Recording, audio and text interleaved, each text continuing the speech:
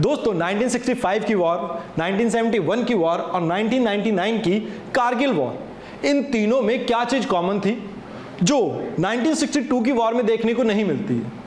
यहां पर फर्क है स्ट्रैटेजी का। तो अब जैसा कि आपका प्रीलिम्स खत्म हो चुका है, आपको एक डेफिनेट स्ट्रैटेजी चाहिए जिससे आप टाइमली मैनर में अपने मेंस के सिलेबस को रिवाइज कर सके। तो यहां पर हम उसी के बारे में बात करने वाले हैं। बात करें, सबसे पहले आपको फोकस करना होगा कि आप कैसे टारगेटेड मैनर में मॉक टेस्ट का फायदा उठा सकते हैं। जैसे आपको एक टारगेटेड टाइमली रिवीजन करने का मौका मिल जाता है। फॉर एग्जाम्पल, हमारा एक कोर्स स्टार्ट हो रहा है रिग्रेस 60 डे प्रोग्राम। अब इसमें क्या होता है कि आपको एक शेड्यूल गिवन है। यहां पर जैसे पेपर 1 के लिए आपको 15 दिन का टाइम दिया गया है और इसमें टॉपिक वाइज आपके सभी पार्ट को कवर किया जाएगा, जिससे आप टाइमली रिवीजन कर सकते हैं अपने कोर्स की। साथ ही साथ आप अपनी मिस्टेक से लर्न कर सकते हैं। यहां पर वीकली बेसिस पे आपके टेस्ट इवेलुएट होंगे और इन टेस्ट की इवेलुएशन से आप अपनी मिस्टेक से सीख सकते हैं। इसके अलावा आप यहां पर टाइम मैनेजमेंट सीख सकते हैं, जो कि बहुत इंपॉर्टेंट है आपके यूपीएससी मेंस के लिए। अब टाइम मैनेजमेंट क्यों इंपॉर्टेंट है? अमूमन आपने देखा होगा कि जो टॉपर्स होते हैं वो अक्सर ये कहते हैं कि आपको 20 में से 20 क्वेश्चन अटेम्प्ट करने हैं मेंस में। बिकॉज आप एक क्वेश्चन में मान लीजिए मात्र 2 मार्क्स भी लाते हैं तो भी आपके 0 नंबर से वो बेटर है। अगर आपका पेपर छूट जाएगा तो उसमें मान लीजिए 5 क्वेश्चन छूट गए तो 5 क्वेश्चन में आपके 0 आए। वेयर एज अगर आप सेम टाइम पे उन 5 क्वेश्चन में मात्र 2 मार्क्स भी लाते तो भी आपके 10 मार्क्स इंक्रीज हो जाते हैं। और ये 10 मार्क्स अगर आपके 3 पेपर में इंक्रीज होते हैं तो अप्रोक्सीमेटली 30 मार्क्स का फर्क आ गया। और कई बार इतना ही डिफरेंस होता है आपके मेंस और इंटरव्यू के रिजल्ट के मार्क्स में। तो यहां पर आपको फोकस करना होगा इन 3 प्रोग्राम्स के ऊपर।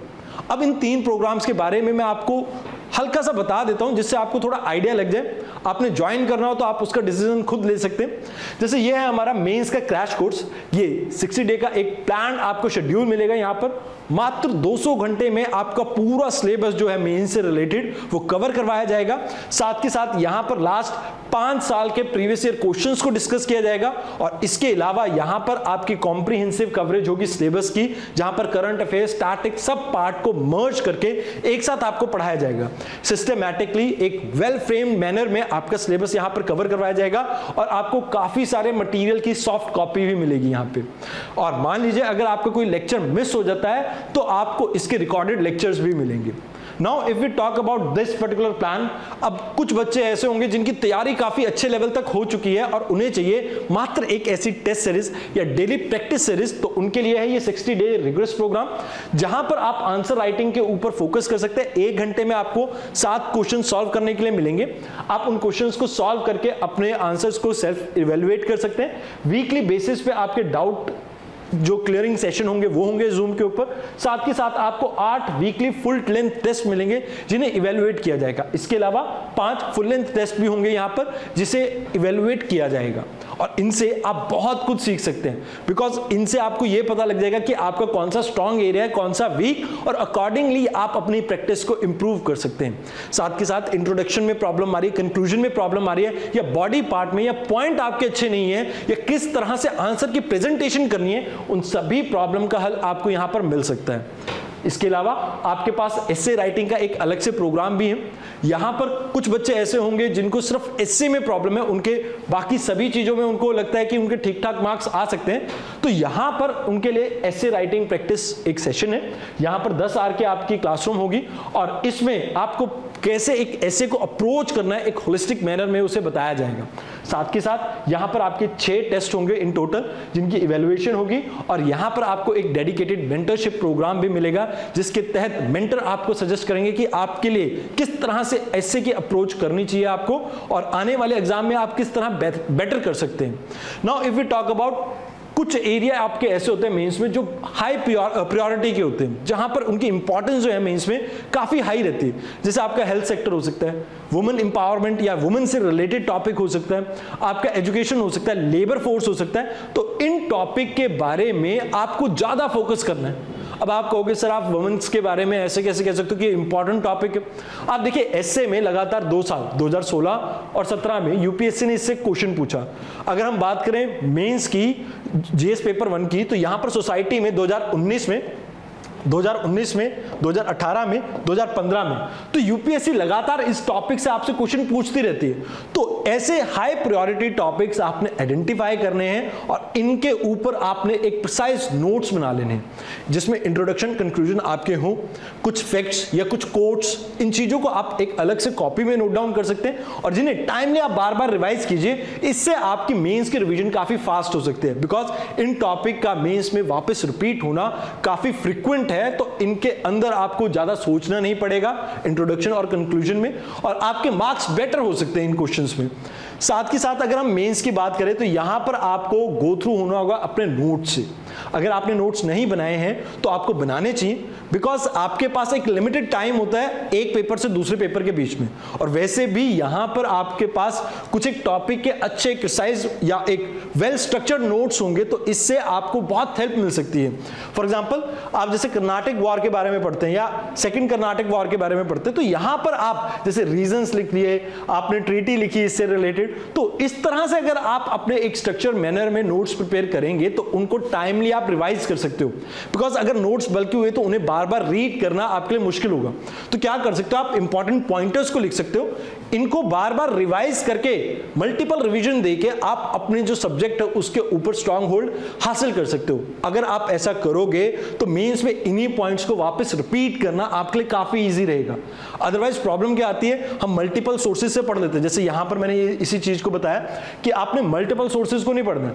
अगर आप मल्टीपल सोर्सेज को पढ़ोगे तो इससे प्रॉब्लम क्या आती है कि आपके दिमाग में जो इंपॉर्टेंट पॉइंट्स है वो नहीं रहते हैं।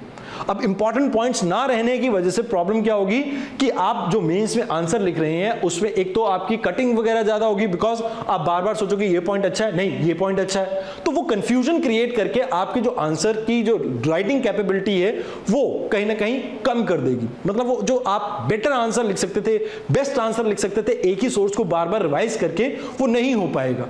तो यहां पर आपको मल्टीपल सोर्सेज को अवॉइड करने की जरूरत है। जैसे पॉलिटी में आप लक्ष्मीकांत पढ़ रहे हो, डीडी बासु पढ़ रहे हो, आप किसी इंस्टीट्यूट के नोट्स पढ़ रहे हो या कुछ और, आपको स्टिक करना है सिर्फ एक सोर्स पे, उसकी रिपीटेड रिवीजन कीजिए, सोर्स के ऊपर आप बिलीव रखिए, क्योंकि आप अगर एक बेटर सोर्स स्टार्टिंग में चूज कर लेते हैं तो उससे बार बार रिवाइज करके आप मेंस में एक बेटर आंसर लिख पाओगे।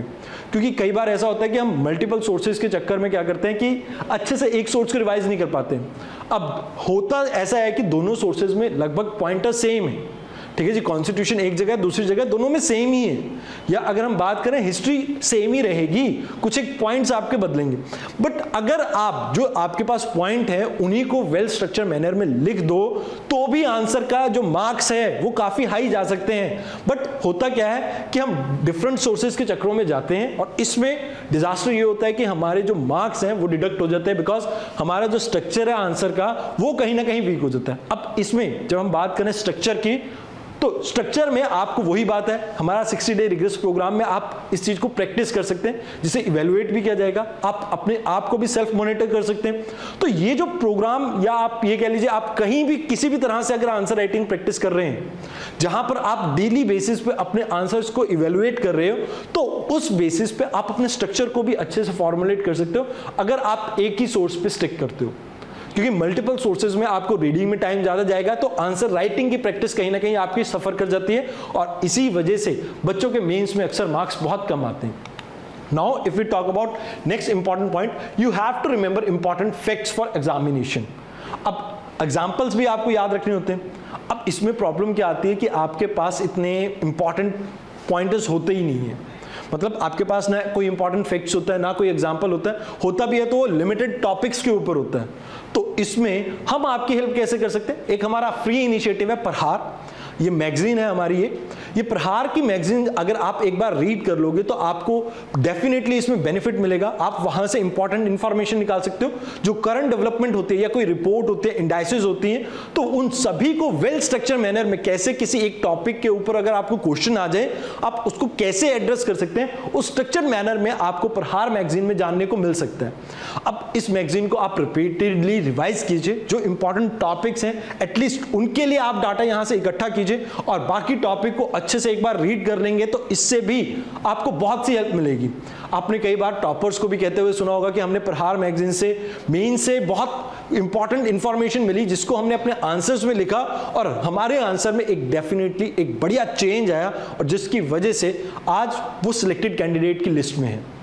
अब इसी को मैं आपको जैसे एक एग्जांपल के तहत समझाना चाहूंगा। जैसे मान लीजिए ड्रग से रिलेटेड आपको कोई आर्टिकल या कोई क्वेश्चन आता है, तो उसमें ये वर्ल्ड ड्रग रिपोर्ट आई थी 2020 में, इसके बारे में बता रखा है। तो ये जो रिपोर्ट्स वगैरह हैं अमूमन आप न्यूज़पेपर में भूल जाते हैं। आपने एडिटोरियल में सुमित सर के सुना होगा, बट अगर आपने नोट्स भी बनाए होंगे तो इस तरह से नहीं बनाए होंगे कि आपने उस पर्टिकुलर टॉपिक के लिए उस जैसे आपने स्टैटिक पार्ट में जहां पढ़ा वहां पर मेंशन किया हो। तो प्रॉब्लम ये आती है कि एंड टाइम में आपको उन चीजों को रिवाइज करने में प्रॉब्लम आएगी। अब इसी रिवीजन को आप फास्ट कर सकते हैं प्रहार मैगजीन के थ्रू। अब यही सब चीजें आपको क्या करना है, अपने आंसर्स की प्रैक्टिस करनी है। प्रैक्टिस से क्या होगा, देखिए अब जब आप किसी भी सब्जेक्ट की प्रैक्टिस कर रहे हैं, मान लो जीएस पेपर 1 की प्रैक्टिस कर रहे हैं, तो एक आप स्ट्रक्चर्ड मैनर में जब आप आंसर लिख रहे हैं तो उस टॉपिक के बारे में अपनी इंफॉर्मेशन को और बेटर कर देंगे। कैसे? जब वो आंसर आपका इवेलुएट करेंगे आप या होके भी आएगा तो उससे बेनिफिट आपको ये रहेगा कि उसके बारे में कुछ इंपॉर्टेंट पॉइंट जो आपके मिसिंग थे आपको उनके बारे में जानने को मिलेगा, एक डिफरेंट पॉइंट ऑफ व्यू आपको समझने को मिलेगा। साथ के साथ आपके मान लीजिए एक आंसर में मल्टी डायमेंशनल व्यू कहीं मिसिंग है तो आपको वो समझ में आएगा। और इसके अलावा जब आप एक शेड्यूल फॉलो करेंगे तो इससे आप टाइमली रिवाइज कर पाएंगे अपने सिलेबस को और इससे आपको बहुत सा बेनिफिट मिल सकता है। जैसे मैंने आपको बताया कि हमारे जो 60 डे रिग्रेस प्रोग्राम है, यहां पर आप जैसे एक 15 डे के अंदर आप इस टाइम टेबल को भी फॉलो कर सकते हैं और टेस्ट आप लेना चाहें हमारे ले सकते हैं, नहीं लेना चाहते तो आप अपने बेसिस पे भी इस तरह के क्वेश्चन ढूंढ लीजिए टॉपिक वाइज। अब जैसे यहां पर आप देख पा रहे हैं 60 डे प्रोग्राम में हम क्या कर रहे हैं कि 15-15 दिन में आपके सब्जेक्ट्स को कवर कर रहे हैं। तो सेम आप इन टॉपिक्स को फॉलो कीजिए। आप इनकी जैसे इन टेस्ट को लगाना चाहते हैं इनको लगाइए, नहीं तो कोई और टेस्ट देखिए जहां पर आप इन चीजों को प्रैक्टिस कर सके। टॉपिक्स को डिवाइड करके टॉपिक वाइज प्रैक्टिस कीजिए, अपना वीक एरिया ढूंढिए और उसके बाद उसके ऊपर फोकस कीजिए, उस वीकनेस को एलिमिनेट करने की कोशिश कीजिए। इससे आपके मेंस में मार्क्स इंप्रूव होंगे और डेफिनेटली आपको इंटरव्यू कॉल के अंदर काफी हेल्प मिल सकती है। तो इस वीडियो में इतना ही, धन्यवाद।